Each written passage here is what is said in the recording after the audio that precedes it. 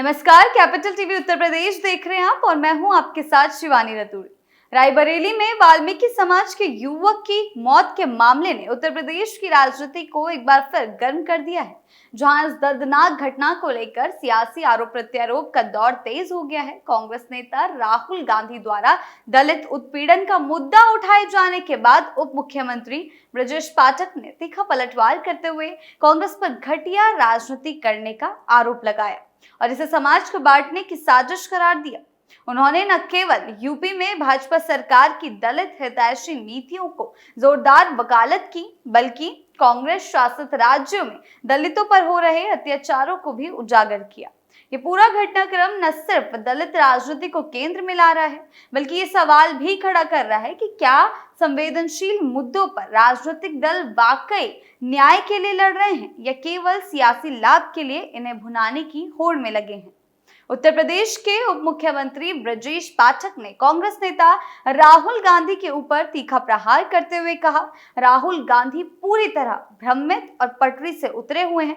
उनको पता ही नहीं कि कहां क्या हो रहा है, उनको कुछ मालूम ही नहीं है। ब्रजेश पाठक ने रायबरेली में वाल्मीकि समाज के हरिओम की हत्या के दुखद मामले को लेकर कांग्रेस की तरफ से जारी घटिया राजनीति की आलोचना की।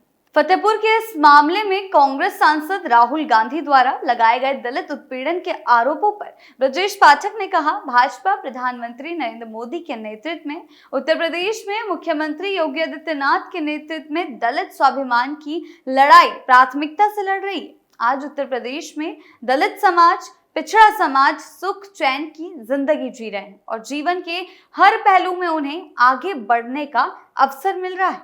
यानी कि सीधे तौर पर उप मुख्यमंत्री ने योगी सरकार की खुलेआम तारीफ की है। कांग्रेस सरकारों की आलोचना करते हुए उप मुख्यमंत्री ने कहा है कि राहुल गांधी को याद करना चाहिए, जब उनकी सरकारें थी, वो चाहे उत्तर प्रदेश हो या आज भी कर्नाटक, हिमाचल या तेलंगाना जैसे राज्य, वहां दलितों का क्या हाल है। कांग्रेस की सरकारें दलितों पर अत्याचार की सारी सीमाएं लांघ चुकी हैं।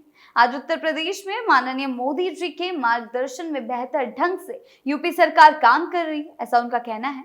फतेहपुर के वाल्मीकि परिवार को न्याय दिलवाने के सवाल पर ब्रजेश पाठक ने साफ किया कि योगी सरकार ने तय किया है कि पीड़ित परिवार को न्याय मिलेगा, दोषियों को हर हाल में कड़ी से कड़ी सजा मिलेगी। योगी सरकार पीड़ित परिवार के साथ खड़ी है और उन्हें हर संभव मदद दी जाएगी। दोषियों को इतनी कड़ी सजा मिलेगी कि भविष्य में कोई ऐसी हिमाकत नहीं करेगा। रायबरेली की घटना के बहाने ब्रजेश पाठक ने राहुल गांधी पर यूपी में सामाजिक ताने बाने को नुकसान पहुंचाने का आरोप लगाया। उन्होंने सलाह दी कि पहले राहुल गांधी अपने गिरेबान में देखें कि कांग्रेस सरकारों में दलितों पर किस तरह अत्याचार हो रहे हैं। उत्तर प्रदेश के लोगों में वर्ग विभेद, जाति विभेद ना करें।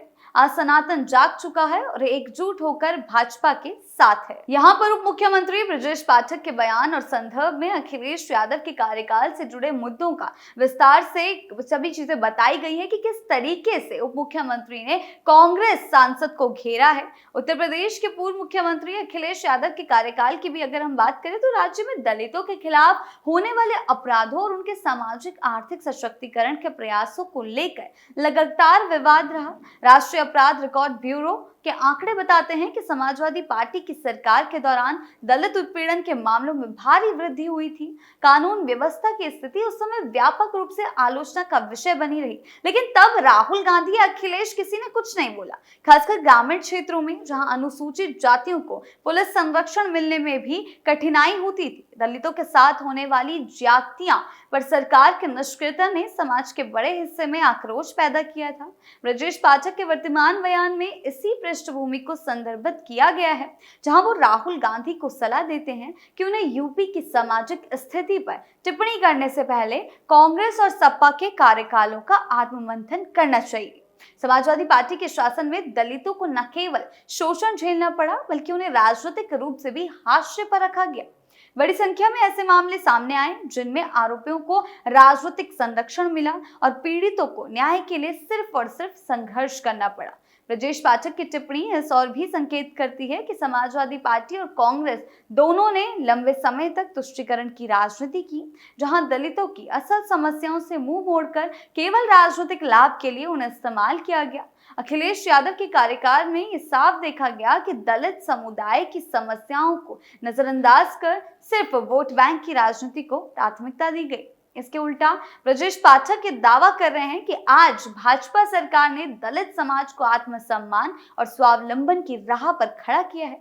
चाहे शिक्षा हो, रोजगार हो या सामाजिक सुरक्षा, हर मोर्चे पर दलितों के लिए योजनाएं चलाई जा रही हैं। उदाहरण के तौर पर प्रधानमंत्री आवास योजना, उज्ज्वला योजना, आयुष्मान भारत जैसी योजनाओं में सबसे अधिक लाभार्थी दलित और पिछड़े वर्गों के लोग हैं। अखिलेश यादव के कार्यकाल को सीधे तौर पर उन्होंने विपक्ष पर हमला किया है। अखिलेश यादव के कार्यकाल हो या कांग्रेस का बयानबाजियां हो, सभी चीजों को कटघरे में सवालों के घेरे में खड़ा किया गया है। बड़े आपराधिक मामलों में राजनीतिक हस्तक्षेप के आरोप लगे। दलितों और महिलाओं के खिलाफ अपराधों में कई बार देखा गया कि प्रभावशाली आरोपियों को सपा सरकार का संरक्षण मिला।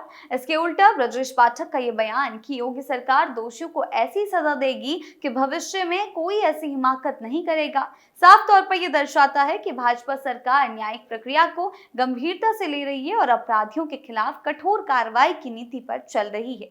ब्रजेश पाठक के ताजा बयान को केवल एक राजनीतिक प्रहार के रूप में देखना पर्याप्त नहीं होगा। ये सीधे सीधे भाजपा की कार्यशैली को उजागर करता है कि किस तरीके से कानून का राज कायम है। ये बयान एक व्यापक विमर्श को जन्म देता है, जिसमें कांग्रेस और सपा की सरकारों की तुलना आज की भाजपा शासन से की जा रही है, जहां एक और विपक्षी दलित उत्पीड़न के मुद्दे को उठाकर योगी सरकार को घेरने का एक छोटा प्रयास कर रहा है। वहीं सत्ता पक्ष पिछली सरकारों के काले रिकॉर्ड को उजागर कर अपनी नीतियों को न्यायपूर्ण और समावेशी बताने में जुटा हुआ है। आज जब देश और उत्तर प्रदेश सामाजिक समरसता की ओर बढ़ने का प्रयास कर रहा है, तब राहुल गांधी जैसे नेता अगर जातिगत ध्रुवीकरण की राजनीति को हवा देंगे तो ये स्वयं उनके लिए ही राजनीतिक नुकसानदेह सिद्ध हो सकता है। जैसा कि ब्रजेश पाठक ने कहा, आज सनातन जाग चुका है और भाजपा के साथ एकजुट है।